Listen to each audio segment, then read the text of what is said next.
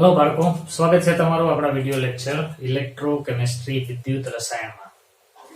આ વિડિયોની અંદર આપણે જે ટોપિક ડિસ્કસ કરવાના છીએ તમારી ટેક્સ્ટબુકમાં આપેલું છે આયનીય દ્રાવણોની વાહકતાનું માપન, measurement of conductivity of ionic solution. આ ટોપિકને આપણે અત્યારે ડિસ્કસ કરવાના છીએ.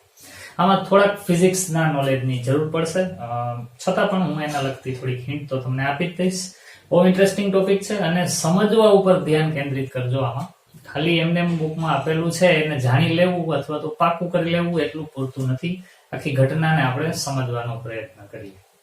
તો આ ટોપિક શરૂ કરતા પહેલા આની પહેલાના વિડીયોમાં આપણે વાહકતા, વિશિષ્ટ વાહકતા, અવરોધ અને અવરોધકતાના જે સૂત્રો શીખ્યા હતા એને એક વખત ટૂંકમાં રિવાઇઝ કરી લઈએ, જેનો આપણે અહીંયા ઉપયોગ કરવો પડે છે. તો નોટ અને પેન તમારી સાથે રાખો, આપણું કામ આપણે શરૂ કરીએ. આપણે એવું કીધું હતું કે જ્યોર્જ ઓહમ કે જેણે અવરોધ વિશે માહિતી આપેલી, અવરોધ લંબાઈના સમચલનમાં અને આડછેદના ક્ષેત્રફળના વ્યસ્ત ચલનમાં હોય, ચલનની નિશાની કાઢીને બરાબર મૂકતા તો આવું કરતા R is equal to rho into L upon A. આ આપણા અવરોધનું સૂત્ર થતું. એમાં આને અવરોધકતા કહેતા. અવરોધકતાને કરતા બનાવો તો ρ બરાબર R into A upon L. આવું સૂત્ર અવરોધકતાનું બનતું. એ પણ આપણે શીખી ગયા છીએ, જેને વિશિષ્ટ અવરોધ પણ કહેવાય. પછી વાહકતા. વાહકતાને આપણે G સંજ્ઞાથી બતાવી હતી. વાહકતા એટલે શું? તો કે અવરોધનો વ્યસ્ત એને વાહકતા કહેવાય. એટલે G બરાબર 1/R. પણ R ની તો વેલ્યુ આ થાય જ છે, તો એને જો આમાં મૂકી દઈએ આપણે તો આપણને એક નવું સૂત્ર પણ બનતું. G બરાબર 1/R ની બદલે ρ into L upon A. એમાં પણ વળી 1/ρ into A upon L લખાય. 1/ρ ને આપણે કપ્પા સંજ્ઞા વડે દર્શાવતા. તો હું આને જ અહીંથી ચેકી અને કપ્પા લખી નાખું. અને કપ્પાને જો કરતા બનાવવું વિશિષ્ટ વાહકતા, તો વિશિષ્ટ વાહકતાનું સૂત્ર બને G into L upon A.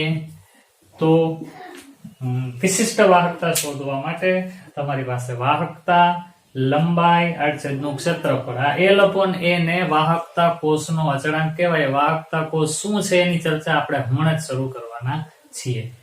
આ તમારી સામે મેં બધા સૂત્રો લખ્યા છે કે જે આપણે આની પહેલાના લેક્ચર્સમાં શીખી ગયા છીએ. ફિઝિક્સમાં પણ આ આવે છે. કોઈ પણ અજ્ઞાત પદાર્થ એની વાહકતા કઈ રીતે નક્કી થાય એ જાણવું હોય તો આ સૂત્રથી જાણી શકાય. હવે આ સૂત્રમાં તમે ફેરફાર કરો, G ને બદલે તો પાછું 1/R લખી શકીએ ને. તો હું લખી રાખું છું. ચાલો હવે ટોપિક ભણવાનું આપણો શરૂ થાય છે આ સૂત્ર ઉપરથી. ફિઝિક્સમાં કોઈ એમ કહે કે આ એક અજ્ઞાત પદાર્થ છે, આની વિશિષ્ટ વાહકતા શોધીને બતાવો. તો સ્વાભાવિક વાત છે કે આની વિશિષ્ટ વાહકતા શોધવા માટે you must have the values of R, L and A. તો આની લંબાઈ તો માપી શકાય ભાઈ L ફૂટપટ્ટીની મદદથી. આના આડછેદનું ક્ષેત્રફળ પણ માપવું સહેલું છે. એટલે L અને A ની વેલ્યુ તો આના માટે તો મળી જાય, માપન કરીને જ મળી જાય. વાત રહી આનો અવરોધ શોધવાની. તો આનો અવરોધ કઈ રીતે ગોતવો, તો એના માટે પણ ફિઝિક્સમાં એક ઉપકરણનો ઉપયોગ થાય છે. તમે લેબોરેટરીમાં એક્સપેરિમેન્ટ કરતા હશો, જર્નલમાં પણ એના લગતા એક્સપેરિમેન્ટ તમે ઉતારેલા હશે જ. ઉપકરણનું નામ છે વિટસ્ટન બ્રિજ. લખી દઉં છું અહીંયા, વિટસ્ટન બ્રિજ.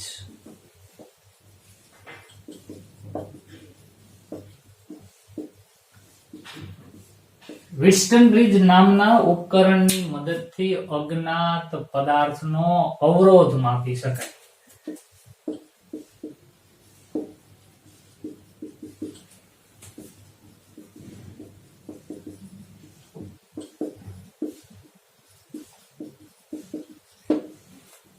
હવે મારે જે ટોપિક શરૂ કરવાનો છે ને એમાં વિટસ્ટન બ્રિજ નો ઉપયોગ આવે છે, પણ એની પહેલા વિટસ્ટન બ્રિજ કામ કેમ કરે છે એ મારે તમને શીખવાડવું પડશે. એટલે અત્યારે હું તમને વિટસ્ટન બ્રિજ કેમ કામ કરે એ શીખવાડું.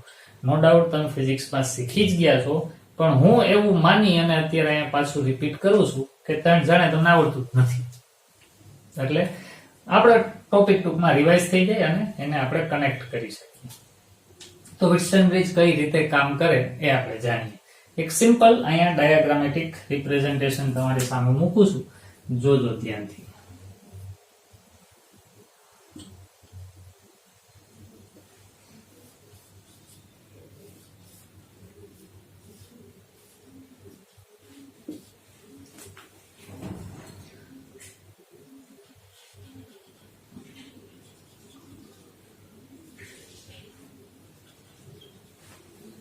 ચાર જગ્યાએ જુદા જુદા અવરોધકો જોડેલા છે.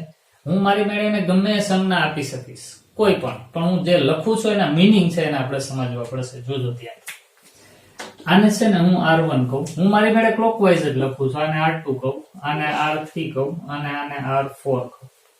હવે એમાં વાત એવી છે કે એક જગ્યાએ અવરોધ કે જેને તમે માપવા માંગો છો, આ R1 આ તમે માપવા માંગો છો એવો અવરોધ છે, અજ્ઞાત અવરોધ. આને આપણે અજ્ઞાત કહી દઈએ. આ અજ્ઞાત અવરોધ જે આપણે માપવા ઈચ્છીએ છીએ. આ જાણીતો અવરોધ છે R2. પહેલે ખબર જ છે કે આના અવરોધનું મૂલ્ય આટલું છે. એવી જ રીતના આ પણ જાણીતો અવરોધ છે, પહેલેથી ખબર જ છે કે આની વેલ્યુ આટલી છે. અને આ છે ને એ ચલિત અવરોધ છે, જેને રિઓસ્ટેટ કહેવાય. તમને ખ્યાલ હોય તો એના ઉપર આવું તીર કરેલું હોય. આ ફિઝિક્સમાં દર્શાવવી પડતી સંજ્ઞા છે. તો અજ્ઞાત અવરોધ, જાણીતો અવરોધ, વળી પાછો જાણીતો અવરોધ અને અહીંયા એક ચલિત અવરોધ જેની વેલ્યુ બદલી શકાય, પણ એ તમે જે બદલો છો એ તમારી જાણમાં તો છે જ, એટલે એ પણ એક અર્થમાં જાણીતો અવરોધ કહેવાય. અહીંયા ઓસિલેટર જોડેલું છે, તમે અહીંયા બેટરી જોડેલી છે એવું પણ કહી શકો. અહીંયા P હેડફોન જોડેલો છે, અથવા તો અહીંયા તમે ગેલ્વેનોમીટર પણ જોડી શકો. હવે વાત એવી છે કે આ ખરેખર કામ કેમ કરે, બહુ ધ્યાનથી સમજજો. પ્રેક્ટિકલી આ કેમ કામ કરે છે એ તમારી સામે બોલું છું. માની લો કે અહીંથી વોલ્ટેજ આપવામાં આવે, એટલે કેટલી છે એવું માનો ને, અહીંથી તો ઇલેક્ટ્રિક કરંટ આવી રીતના પાસ થશે. હવે જેવો કરંટ અહીંયા પહોંચશે, I નામનો કરંટ પાસ થતો હોય અને એ અહીંયા પહોંચે તો એના બે ભાગ પડી જશે. અહીંયાથી પસાર થશે ને અહીંથી પસાર થશે. અને I1 ને I2 કહું તો I1 ને I2 ના સરવાળા જેટલો I હોય, કિર્ચોફનો નિયમ. હવે એટલું બધું ડિટેલમાં ફિઝિક્સમાં નહીં લઈ જાવ બાળકો, પણ અહીંથી આનું વિભાજન બે ભાગોમાં થાય. વળી એ અવરોધ અહીંયા પ્રવાહ અહીંયા પહોંચે ને તો ત્યાંથી પણ એનું વિભાજન થાય બે ભાગમાં, અહીંયા અને અહીંયા બે બાજુ થાય.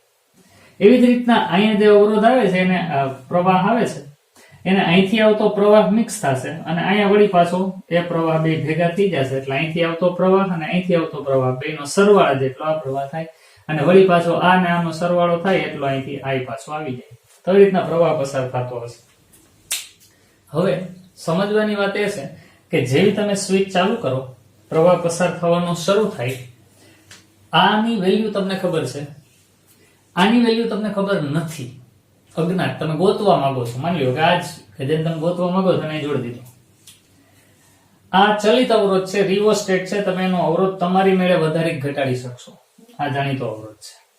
થશે એવું કે જેવો હેડફોન લગાવી સ્વિચ ચાલુ કરશો, એક્સપેરિમેન્ટ કરવાનો શરૂ કર્યો, એટલે આમાં કંઈક વિસલિંગ સાઉન્ડ, કંઈક સિસોટી વાગતી હોય કે એવો ચીચિયારી થતી હોય ને એવો અવાજ તમને હેડફોનમાં સંભળાશે. ટૂંકમાં તમને હેડફોનમાં એવું ફીલ થશે કે આમાં કંઈક અવાજ આવે છે, એટલે કે કરંટ પાસ થાય છે. તો આ વચ્ચેનામાંથી કે જેની હારે આપણે હેડફોન કનેક્ટ કરેલો છે, અવાજ આવે છે એનો થયો કે આમાંથી કરંટ પાસ થાય છે. હવે તમારે શું કરવાનું છે તો કે તમારે આ નક્કી છે, આ નક્કી છે, આને આપણે ગોતવા માંગીએ છીએ ને આ ચલિત અવરોધ છે. ધ્યાનથી ઘટના સમજજો. આ રિયોસ્ટેટના ઓલા હેન્ડલને કોઈ એક બાજુ હટાવો અને એને એવી રીતના ધીમે ધીમે હટાવો, પાછું ઓલું ફીલ કરતા જાઓ હેડફોનને, કે આને એક જગ્યાએ પહોંચાડવા પછી હેડફોનમાંથી અવાજ આવતો બંધ થઈ જાય. એનો અર્થ એવો થયો કે હવે આ વિભાગમાંથી પ્રવાહ પસાર થતો જ નથી. અહીંથી પ્રવાહ પસાર થતો બંધ થઈ જશે ને ત્યારે હેડફોનમાં અવાજ આવતો બંધ થઈ જશે. તો જે જગ્યાએ આ અવરોધનું મૂલ્ય પહોંચાડવાથી હેડફોનમાં અવાજ આવતો બંધ થઈ ગયો, એ અવરોધ માપી ગયો. પછી એક સાદું સૂત્ર કયું તો કે R1 अपॉन R2 बराबर R4 अपॉन R3 આ સૂત્ર બને R1 अपॉन R2 બરાબર R4 अपॉन R3 હવે એમાં આ આપણે જોઈએ છે તો R1 ને સબ્જેક્ટ બનાવો તો સૂત્ર બનશે R4 into R2 upon R3 અહીંયા મેં R1 R2 R3 R4 આ રીતના લખ્યા છે એટલે સૂત્ર આમ બન્યું કોઈ એમ ન કહેતા કે સર બુકમાં તો જુદું સૂત્ર આપેલું છે યાર તમે અહીંયા જે સંજ્ઞાઓ આપશો એને અનુરૂપ સૂત્ર બનશે હવે જોવાની વાત જુઓ R1 આપણે ગોતવા માંગતા હતા ખબર નહોતી R2 આપણને પહેલા જ ખબર છે R3 પણ આપણને ખબર છે અને આ R4 છે ને એ R4 ની વેલ્યુ તો આપણે સેટ કરી કે જ્યારે અવાજ બંધ થયો એ R4 ની વેલ્યુ તો આ બધી જ વેલ્યુ આમાં મૂકી દે એટલે આપણને આ અજ્ઞાત અવરોધનું મૂલ્ય મળી જાય એ અજ્ઞાત અવરોધનું મૂલ્ય અહીંયા મૂકો આના લંબાઈની અને આડછેદના ક્ષેત્રફળની તો ખબર હતી જ સાદું રૂપ આપો એટલે આપણને વિશિષ્ટ વાહકતા મળી જાય ફિઝિક્સમાં કોઈ પણ અજ્ઞાત અવરોધ ગોઈતા પછી એની વિશિષ્ટ વાહકતા આ સૂત્રથી આરામથી મળી જાય વિટસ્ટન બ્રિજનો ઉપયોગ કરી પહેલા અવરોધ ગોતવાનો અવરોધની વેલ્યુ આમાં મૂકવાની એટલે વિશિષ્ટ વાહકતા મળે ફિઝિક્સમાં તો આશા છે કે વિટસ્ટન બ્રિજ કેમ કામ કરે તમને સમજાઈ ગયો હશે આ બે બાજુઓનો ગુણોત્તર અને આ બે બાજુઓના અવરોધનો ગુણોત્તર સમાન હોય R1 upon R2 બરાબર R4 upon R3 આવી રીતના હોય છે અને એમાંથી R1 ને કરતા બનાવો એટલે આપણને આ R1 ની વેલ્યુ પડી જાય અજ્ઞાત અવરોધ હવે આપણે જે ભણવાના છીએ ને બાળકો એ આ છે આયનીય દ્રાવણની વાહકતા તો પાછું એકવાર જેમ કોઈ પદાર્થની વાહકતા અહીંયા હું વાહકતા બોલું એટલે તમારે વિશિષ્ટ વાહકતા જ સમજવાનું કારણ કે હવે વિજ્ઞાનમાં વિશિષ્ટ વાહકતા એવો શબ્દ બોલવાને બદલે ત્યાં પણ ખાલી વાહકતા જ શબ્દ વાપરવામાં આવે છે તો કોઈ અજ્ઞાત પદાર્થની વાહકતા જોતી હોય તો એનો અવરોધ તો જાણીતો હોવો જ જોઈએ અને અવરોધને ગોતવા માટે વિટસ્ટન બ્રિજનો ઉપયોગ થતો પણ હવે કોઈ વિદ્યુત વિભાજ્યનું દ્રાવણ હોય એની વાહકતા ગોતવી હોય તો એ દ્રાવણ માટે આ જોઈએ અને આ પણ જોઈએ તરત પ્રશ્ન થાય કે તો દ્રાવણ માટે આની વેલ્યુ વાહકતાની વેલ્યુ શોધવી હોય તો દ્રાવણનો અવરોધ ગોતવો પડે અને જો દ્રાવણનો અવરોધ ગોતવો હોય ને એમાં જો વિટસ્ટન બ્રિજનો જ ઉપયોગ કરવો હોય તો અહીંયા જે અજ્ઞાત અવરોધ લખ્યું છે ને ત્યાં તમારે દ્રાવણ મૂકવું પડે હવે કેવું વિચિત્ર લાગે આ આખી સર્કિટમાં આવો કોઈ ઘન પદાર્થ હોત તાર તો જોડી શકાત દ્રાવણને કેમ જોડવું એવો પ્રશ્ન થાય તો તરત જ માણસોએ વિચાર કર્યો કે દ્રાવણને આ સર્કિટમાં જોડવું હોય સોલ્યુશનને તો એક ખાસ પ્રકારનું ડિવાઇસ બનાવવું પડશે કે જેમાં સોલ્યુશન ભરી અને એને આપણે આની હારે કનેક્ટ કરી શકીએ તો વિટસ્ટન બ્રિજની મદદથી વિદ્યુત વિભાજ્યના દ્રાવણનો અવરોધ પણ મળી જાય એક ઉપકરણ બનાવવું પડે હવે એ ઉપકરણ કયું તો કે એનું નામ છે વાહકતા કોષ આપણે પહેલા શીખવાનું શરૂ કરવું પડશે વાહકતા કોષ અને પછી વાહકતા કોષની મદદથી આપણે એને અહીંયા દ્રાવણને જોડશું અને અજ્ઞાત વિદ્યુત વિભાજ્યના દ્રાવણનો અવરોધ ગોતશું અવરોધ મળી જાય એટલે એને મૂકશું તો એ બધી સમસ્યા આ બે કેમ ગોતવા L અને A તો દ્રાવણ માટે લંબાઈ અને દ્રાવણના આડછેદનું ક્ષેત્રફળ એટલે વળી શું તો એના ઉપર હવે ચર્ચા શરૂ થાય છે તો વળી પાછું હું આ સૂત્ર અહીંયા લખી રાખું છું ઉપરનો પોર્શન ચેકીને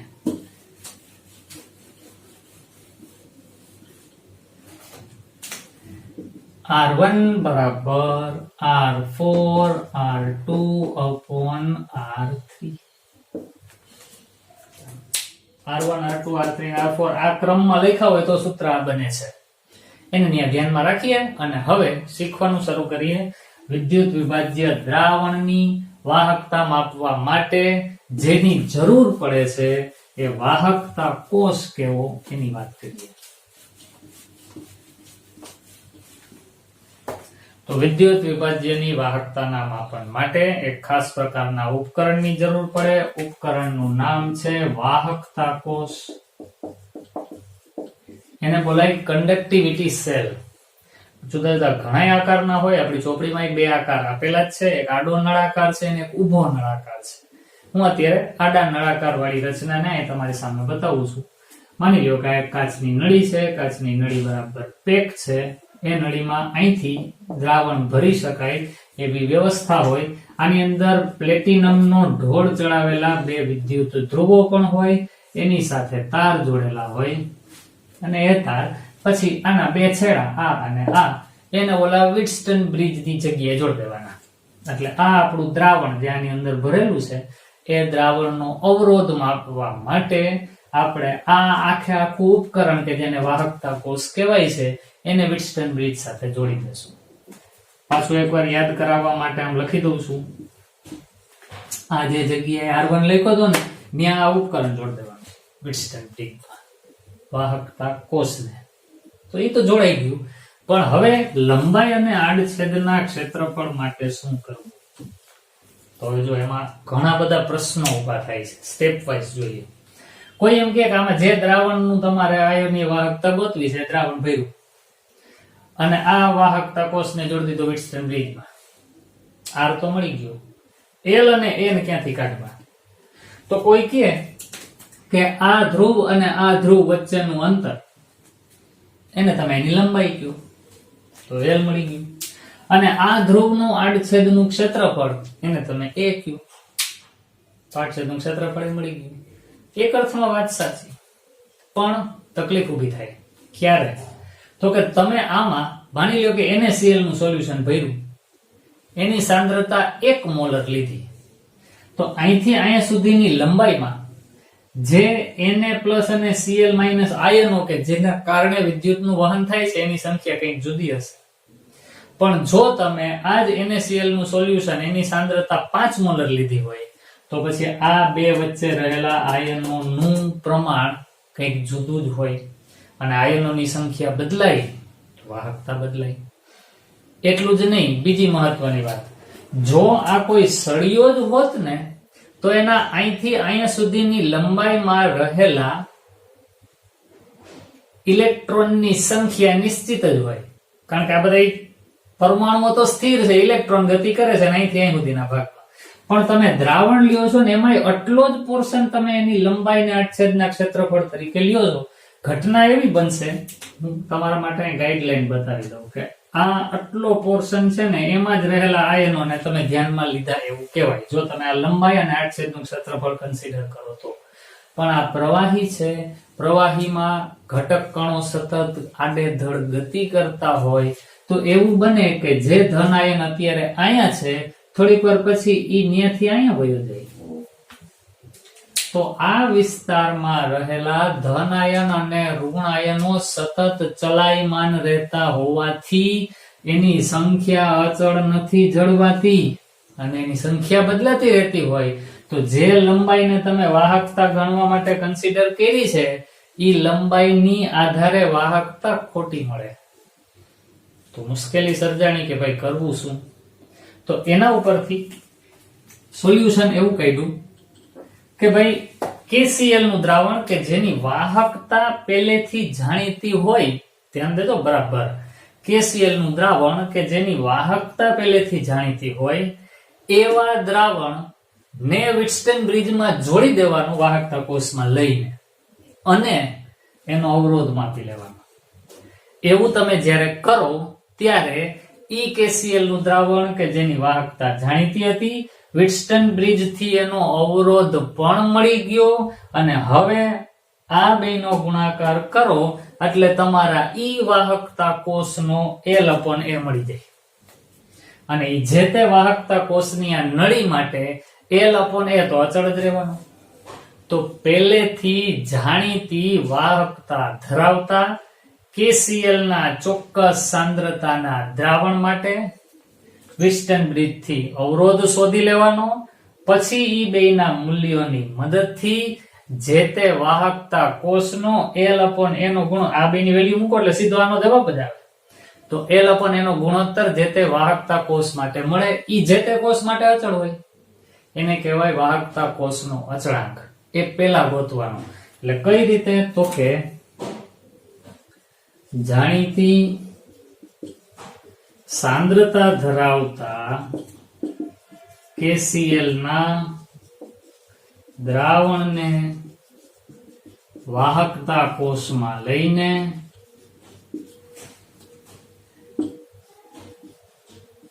વિસ્ટન બ્રિજની મદદથી વાહકતા કોષ માટે R શોધી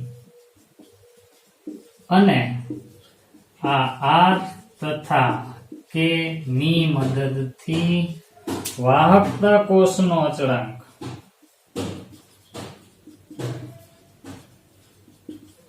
L/A શોધી શકાય. બસ તો હવે આ પાત્ર માટે L/A મળી ગયું KCl નો ઉપયોગ કરીને. હવે કરવાનું શું? આને કરવાનું ખાલી KCl નું દ્રાવણ કાઢી નાખ્યું. હવે જે દ્રાવણનું તમારે વાહકતા ગોતવી હોય એ દ્રાવણમાં ભરી દીધું. એ દ્રાવણ ભરી દીધું એટલે આ કોષ માટે L/A તો હવે આપણને ખબર જ છે KCl નું લાઈન ગોઈતો તો ઈ જ છે. L/A ની વેલ્યુ આ કોષ માટે ઈ જ છે. હવે ઈ દ્રાવણનો અવરોધ ગોતવો છે તો ગોતશું. કઈ રીતે? તો કે આમાં માની લ્યો કે NaCl નું જલીય દ્રાવણ ભરી દીધું. આ આખી રચના માટે L/A ની વેલ્યુ તો આપણને મળી જ ગઈ છે.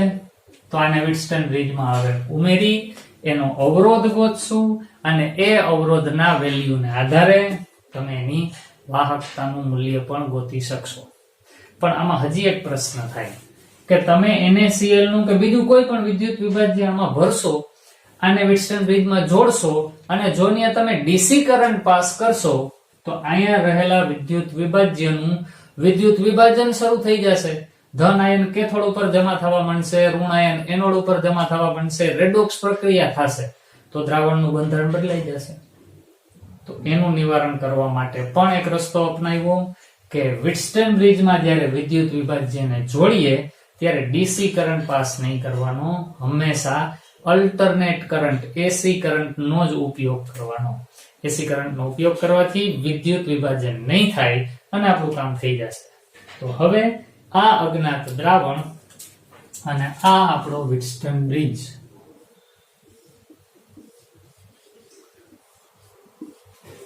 વળી પાછું અહીંયા હું વાહકતા કોષ જોડી દઉં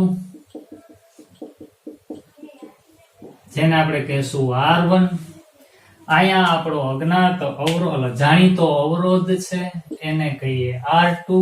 અહીંયા પણ જાણીતો અવરોધ છે એને કહીએ R3 અને આ આપણો રિયોસ્ટેટ છે ચલિત અવરોધ R4. તો આના આધારે હવે આપણું આ જ સૂત્ર R1 એટલે કે અજ્ઞાત અવરોધ બરાબર R4 પછી R2/R3 આ સૂત્રનો ઉપયોગ કરીને તમે આપણા અજ્ઞાત દ્રાવણ માટે વિટસ્ટન બ્રિજની મદદથી પહેલા આ વાહકતા કોષની અંદર ભરેલા દ્રાવણનો અવરોધ ગોતી શકો અને એ અવરોધનું મૂલ્ય તમે આ સૂત્રમાં મૂકો તો અહીંયા એની વાહકતા પણ મળે. R1 ની વેલ્યુ અહીંયા L/A તો વાહકતા કોષનો પહેલેથી ગોતી જ લીધો તો એના આધારે તમને એની વાહકતા પણ મળે. તો આ રીતના કોઈ પણ વિદ્યુત વિભાજ્ય માટે વાહકતા ગોતી શકાય. પાછું એક વખત ટૂંકમાં કહી દઉં બાળકો, કોઈ પણ અજ્ઞાત અવરોધ હોત ઘન એની વાહકતા ગોતવી હોત તો લંબાઈ, આડછેદનું ક્ષેત્રફળ, અવરોધ આ ત્રણ વસ્તુની જરૂર પડે. લંબાઈ એમને માપી શકાય, આડછેદનું ક્ષેત્રફળ એમને માપી શકાય, અવરોધ માપવા માટે વિટસ્ટન બ્રિજની જરૂર પડે. એ અવરોધ મળી જાય વેલ્યુ મૂકી દો એટલે વાહકતા મળી ગઈ ઘન પદાર્થ માટે. અહીંયા કેમિસ્ટ્રીમાં વિદ્યુત વિભાજ્યનું દ્રાવણ એની વાહકતા માપવી છે તો એના માટે પણ સૂત્ર તો જ છે. તો જરૂર પડે R, L અને એની. તો એવા કોઈ પણ દ્રાવણ માટે આ બધું કેમ લઈ આવવું? તો સીધી ને સાદી વાત, દ્રાવણ માટે પણ તમારે એક ઉપકરણ બનાવવું પડશે કે જે ઉપકરણમાં દ્રાવણ ભરીને વિટસ્ટન બ્રિજની સાથે જોડી શકો અવરોધ માપવા માટે. એ ઉપકરણનું નામ શું? વાહકતા કોષ. એમાં દ્રાવણ ભરી અને તમે એને વિટસ્ટન બ્રિજમાં જોડી શકો. હવે એ વાહકતા કોષ માટે L/A કઈ રીતે નક્કી થાય? વાહકતા કોષનો અચળાંક. તો એ ખાસ યાદ રાખવાનું, જાણીતી વાહકતા ધરાવતા KCl ના દ્રાવણનો ઉપયોગ કરી વિસ્ટન બ્રિજ થી એનો અવરોધ માપી અને એ વાહકતા કોષ માટે L/A એટલે કે વાહકતા કોષનો અચળાંક માપી લેવામાં આવે પહેલા, પછી એમાંથી KCl નું સોલ્યુશન કાઢી અને તમારે હવે જે દ્રાવણ એમાં ભરી અને એની વાહકતા ગોતવી હોય એ દ્રાવણ ભરવાનું. કોષ તો ઈ જ છે એટલે એનો L/A તો અચળ જ છે. દ્રાવણો બદલતા રહીએ, એ બદલેલા દ્રાવણ વાળા વાહકતા કોષને અહીંયા જોડો એટલે એ વાહકતા કોષનો અવરોધ મળતો જાય. એ અવરોધની વેલ્યુ અહીંયા મૂકો. આ તો અચળ છે જ, તો એ બેના સાદા રૂપથી આપણને જે તે વિદ્યુત વિભાજ્યની વાહકતા મળી જાય. તો આ રીતના વિદ્યુત વિભાજનની વાહકતા શોધી શકાય. ફિઝિક્સ માટે એક જ ઉપકરણની મદદથી તમે કોઈ પણ પદાર્થની વાહકતા શોધી શકતા હતા ને એ ઉપકરણ હતું વિટસ્ટન બ્રિજ.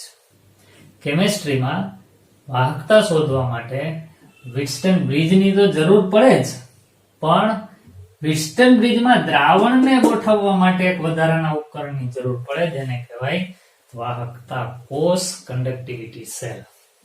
તો આ આયનીય દ્રાવણની વાહકતાનું માપન કેમ થાય એની સાદી સમજૂતી હતી. હજી આનાથી આગળ એક વસ્તુ છે, જોજો બરાબર ધ્યાનથી. હું બોલું છું એના વિશેની ચર્ચા આગલા લેક્ચરમાં કરશું.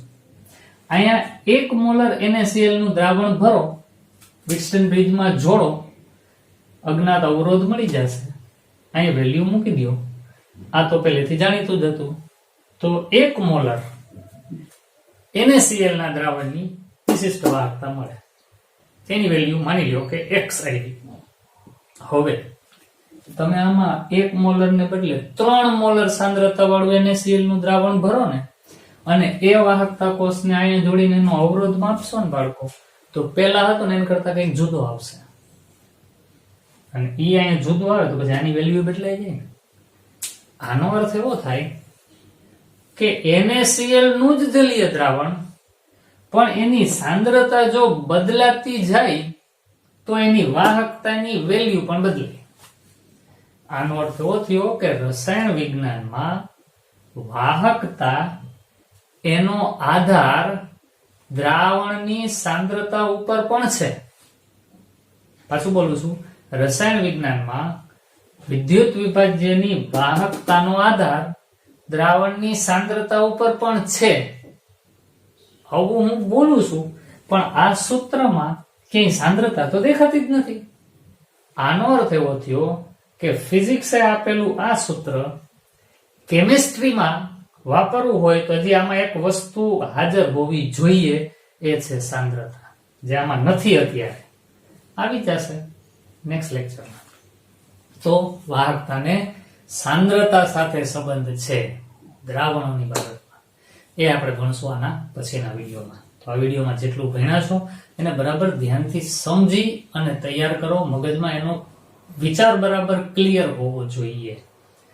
અને પછી જે કંઈ આપણે આના પછીના લેક્ચરમાં શીખવાના છીએ એના આધારે કેટલાક ન્યુમેરિકલ પ્રોબ્લેમ્સ પણ સોલ્વ કરશું. દાખલાઓ એના આધારિત ઘણા બધા જેઈ અને નીટમાં પણ પૂછાય છે. તો ત્યારે શીખશું. આશા છે તમને આ વાહકતા કોષનો અવરોધ અને દ્રાવણની વાહકતા કઈ રીતે શોધી શકાય એનો ખ્યાલ તમને આવી ગયો હશે. નેક્સ્ટ વિડીયોમાં પાછા મળશું. ત્યાં સુધી હેવ અ નાઇસ ડે.